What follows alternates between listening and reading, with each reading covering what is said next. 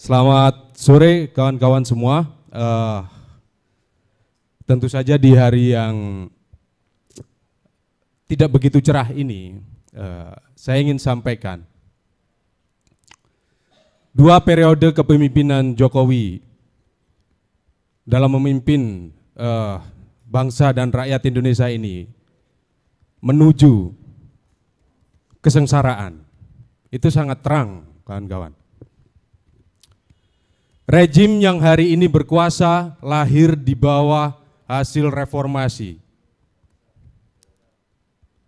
Hasil dari reformasi, inti dari reformasi itu adalah bagaimana demokrasi hadir sepenuhnya di tangan rakyat Indonesia.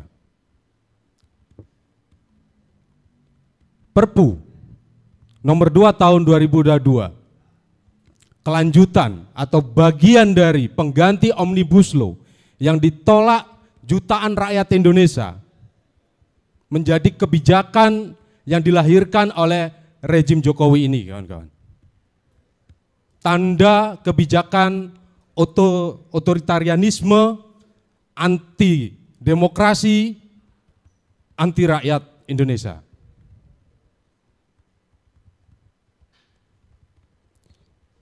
Kebijakan ini bukanlah hal yang tidak ada di balik atau di belakang daripada kepentingan itu.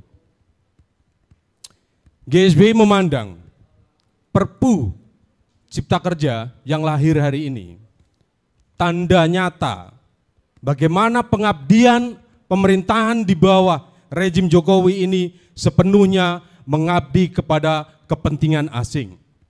Kapitalis monopoli asing kita sebut, kawan-kawan. Seluruh sektor yang ada di dalam undang-undang, dalam Perpu ini, sektor masyarakat, sama sekali tidak ada yang kemudian diangkat derajatnya sebagaimana cita-cita reformasi. Sama sekali tidak ada yang diangkat derajatnya untuk menjadi raja di tanah airnya sendiri. Dalam ketenaga kerjaan, perburuan, sangat terang, tidak ada sedikit pun yang dirubah, yang dulunya Omnibus Law Cipta Kerja, yang diganti dengan Perpu ini, sama sekali tidak ada perbaikan itu, kawan-kawan. PHK dipermudah, pesangon dihilangkan, dikurangi, dan jenis-jenis PHK yang baru muncul di dalam Perpu ini. Atas dasar kegentingan yang memaksa, krisis global, menjadi kebijakan yang sepenuhnya menjual rakyat dan sumber daya alam ini kepada investasi, agar dikeruk. Itu menjadi tanda kebijakan ini sepenuhnya mengabdi terhadap kapitalisme monopoli asing. Amanat reformasi agar demokrasi itu berada di tangan rakyat sama sekali tidak menjadi ruh dalam pemerintahan Jokowi, kawan-kawan.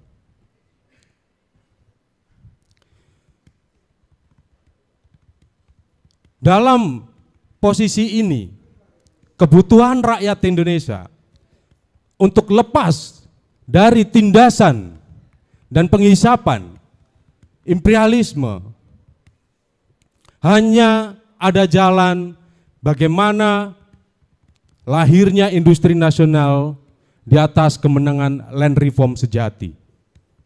Itu adalah agenda yang harusnya dijalankan oleh Jokowi sebagai Presiden Republik Indonesia.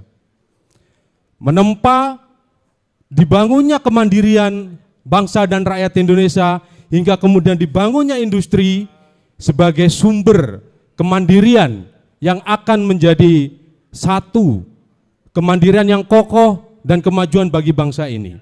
Tentu saja dengan syaratnya adalah membubarkan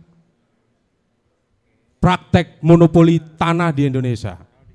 Nyatanya dalam kebijakan Perpu ini praktek monopoli tanah di Indonesia betul-betul dimuliakan, betul-betul dilindungi. Padahal dari sisi itu sudah sangat terang bagaimana tindasan mayoritas rakyat Indonesia sebagai kaum tani telah menempatkan sektor ini pada kondisi keterbelakangan yang sangat lama. Namun kembali lagi kebijakan yang terus dilahirkan atas dasar kepentingan kapitalisme monopoli dan oligarki sebagai tuan tanah di sini menempatkan rejim ini sebagai bentuk dari penindasan dan penghisapan oleh rakyat Indonesia itu sendiri, kawan-kawan. Maka dari itu, saya ingin sampaikan terakhir, Perpu Cipta Kerja layak untuk dibatalkan dan dicabut dan ditolak oleh seluruh rakyat Indonesia, kan. Melalui forum hari ini, dalam protes rakyat Indonesia, GSBI menyerukan kepada seluruh rakyat Indonesia, seluruh kaum buruh Indonesia yang menolak Perpu Cipta Kerja ini, dia adalah pahlawan rakyat Indonesia, kawan-kawan. Dia mempunyai tujuan untuk membebaskan rakyat Indonesia yang terbelenggu oleh kebijakan-kebijakan anti rakyat rejim Jokowi ini, kawan-kawan. Terima kasih. Hidup rakyat Indonesia, hidup buruh, hidup kaum tani, hidup perempuan, hidup pemuda mahasiswa.